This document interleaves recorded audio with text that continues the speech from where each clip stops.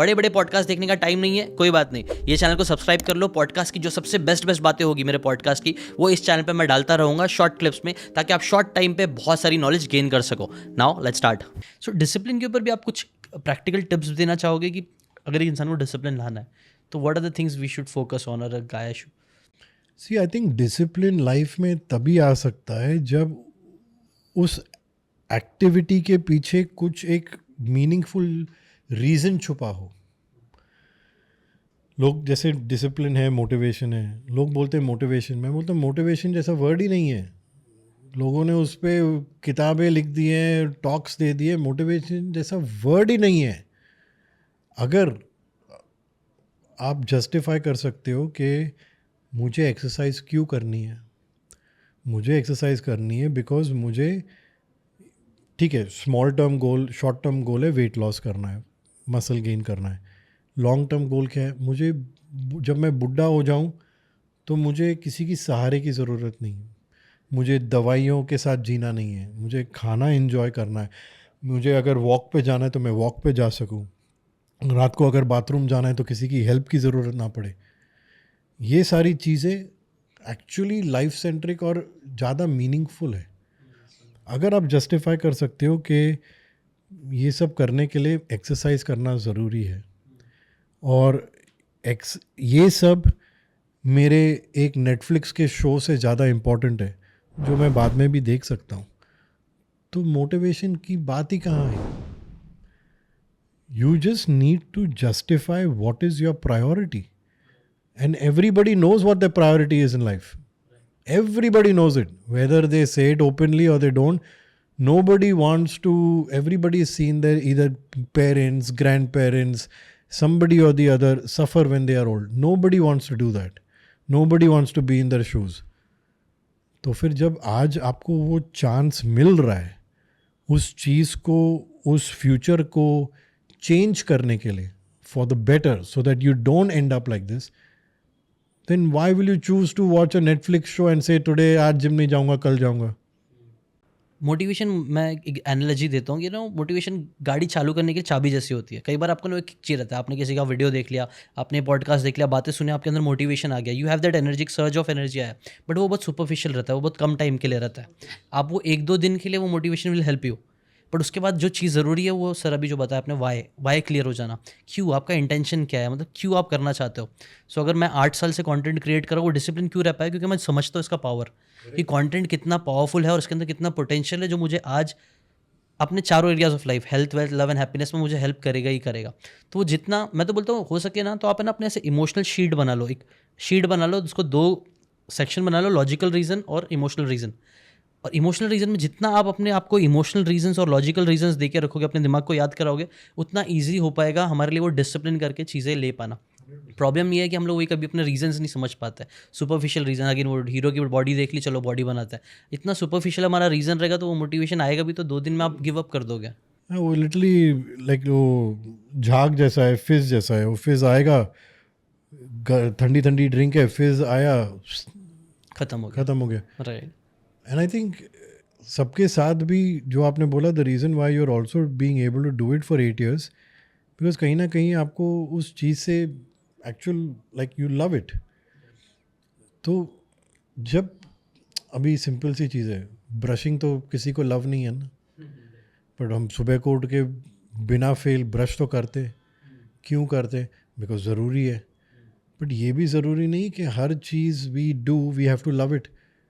So some cheese, yes, some things you can actually becomes your passion and you love it and becomes easy to do in life. But the other things you just do because you have to do it. Right. और अच्छी बात ये है ना कि it becomes a habit after a time. आप है ना, डिसिप्लिन ऐसा नहीं, आपको ज़िंदगी भर रखने के लिए बहुत एफर्ट्स लगेगा, स्टार्टिंग में ज़्यादा लगेगा, Correct. बट धीरे धीरे it will get easier. See, और no one is saying कि ज़िंदगी भर आप कोई एक दिन भी वर्कआउट नहीं मिस करोगे। ये बात भी बहुत इम्पॉर्टेंट है लोगों को जानना कि workout needs to be a necessity, something that you're doing, not an obsession. तो अगर हम आज डिसिप्लिन की बात कर रहे हैं, कल लोग बोलेंगे सर आज तो मैं 3 दिन ट्रैवल करके आया, इतना थका हुआ था, बट आज भी मैंने वर्कआउट किया। अरे क्यों? क्या नहीं सर, आपने तो बोला डिसिप्लिन। मैं बोला नहीं भाई, ये भी जानना ज़रूरी है कि कब करना है कब नहीं करना है. Sometimes it's okay not to work out. Sometimes it's okay to feel lazy. We are human beings. हम लोग में वो थोड़ा सा लेजीनेस आता है एंड वो लेजीनेस ज़रूरी भी है. कभी sometimes the body is making you feel lazy because it needs to rest. It needs to recover. आप 3 दिन के ट्रैवल के बाद आए हो, आपकी बॉडी थक गई है, आपका माइंड थक गया है, आपकी बॉडी ऑलरेडी स्ट्रेस्ड है, cortisol levels already quite high है. आप उस सिचुएशन में जिम क्यों जाओगे? उस सिचुएशन में या तो आप एक नाइस हॉट बाथ लोगे, या तो आप मसाज लो, या तो आप बीच पे रहते हो तो चलने चले जाओ. You will do anything that relaxes you. You will not want to go to the gym. You should not. You're an idiot if you go to the gym. Yes, absolutely. Because exercise भी stressful है. Exercise में भी cortisol levels quite high होते हैं. वो cortisol ज़रूरी है, उतना ज़रूरी है. बट जब levels already high है, आप उसे exercise करके और high कर रहे हो, तो problem तो होने वाली है ना. But ये see again, it all comes down to understanding your body. Basics तो आपने पढ़ लिए ना. हर वीडियो में कॉर्टिसोल क्या है, स्ट्रेस क्या है, वर्कआउट क्या है, न्यूट्रिशन क्या है, मेंटल वेलबींग क्या है, डिसिप्लिन, सबका तो बेसिक्स 101 पढ़ लिया आपने. अभी तो खुद का दिमाग कहीं ना कहीं यूज़ करोगे. बिकॉज सी ये चीज़ आपको बुक में शायद नहीं मिलेगी. ये चीज़ शायद आपकी स्मार्ट वॉच आपको नहीं बोलेगी. ये चीज़ शायद आपको खुद जानना पड़ेगा कि मैं थक गया हूँ, आज मैं वर्कआउट नहीं करूँगा. और ये भी आपको कॉन्वर्सेशन खुद बोलना ज़रूरी है कि एक दिन वर्कआउट नहीं करूँगा ना तो कुछ मोटा नहीं होने वाला मैं. Right. I train every day, no problem. But if one day I don't train and today I feel like resting, because कहीं ना कहीं वो गिल्ट कॉन्वर्सेशन भी चालू हो जाएगी.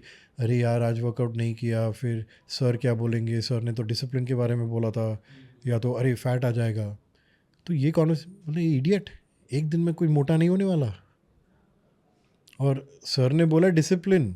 हाँ, discipline on your normal days when you are already feeling tired and your body is tired and you are busy. उस दिन पे तू अगर एक दिन छुट्टी मारेगा तो सर कुछ गाली नहीं देने वाले. राइट. आई थिंक ये लोग है ना, कई बार ये चले जाते हैं एक्सट्रीम बन जाते हैं हर चीज़ में, ब्लैक एंड वाइट में सोचने लग जाते हैं. इसको मैं मेरी लाइफ के one of the best concept मुझे लगता है ना, वो है ना, don't think in black and white. हर चीज़ कोई भी ब्लैक एंड वाइट नहीं होता. डिसिप्लिन रहना, डेली करना नहीं. आप एक दिन रेस्ट ले सकते हो. और in fact it is suppose to be मतलब लाइक दैट. आपको रेस्ट लेना पड़ेगा, तभी तो आप रिकवर करके अच्छी बॉडी बना पाओगे.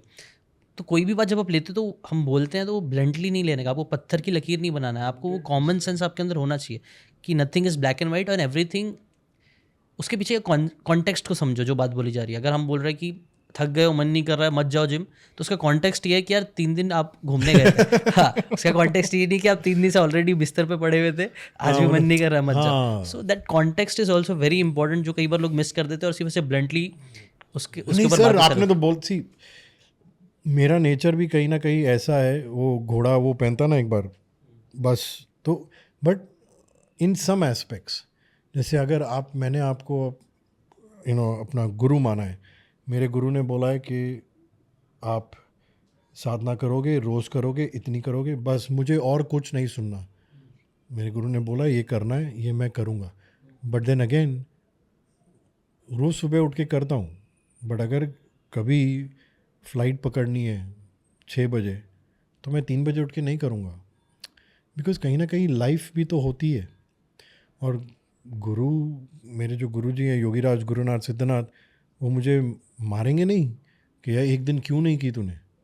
It's normal. See, when you are living in a household and you are doing everything together as a couple, you eat in your dinner, bag pack करने में लेट हो गया, अगर आप साथ में सेम रूम में सो रहे हो, एक जन उठेगा शायद दूसरे को थोड़ा डिस्टर्ब होगा, दूसरे को भी अपनी साधना करनी है, तो somewhere you will always do things together.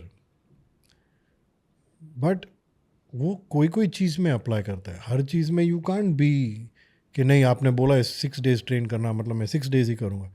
कहीं ना कहीं you will always have to be a little flexible, little adaptive also, कि सिचुएशन क्या है लाइफ में. पैर में चोट आई है, नहीं पर फिर भी मैं जिम जाऊंगा, क्यों जाओगे? करते लोग कई बार इंजरी में भी वर्कआउट करने जाते हैं और इंजरी बढ़ा लेते हैं, ऐसा भी होता है कई बार। रुकते नहीं है इंजरी को हील करने के लिए, चले जाते जिम। फिर ऑफ कोर्स जो हीलिंग हो रही होती है वो भी रिवर्स हो जाती है, वो भी और मतलब ख़राब हो जाती है। तो we need to, everything like you said is not set in stone. All the information, listen to it, let it register, and then take the necessary action for it. अगर आपको ये बातें काम की लगी होगी तो do check out the full podcast यार, जाके देखो, डिटेल में चीज़ों को समझो, तब ज़्यादा अच्छे से समझ में आएगा, ज़्यादा अच्छे से आप अपनी ज़िंदगी में चीज़ें अप्लाई कर पाओगे। Thanks so much and subscribe this channel.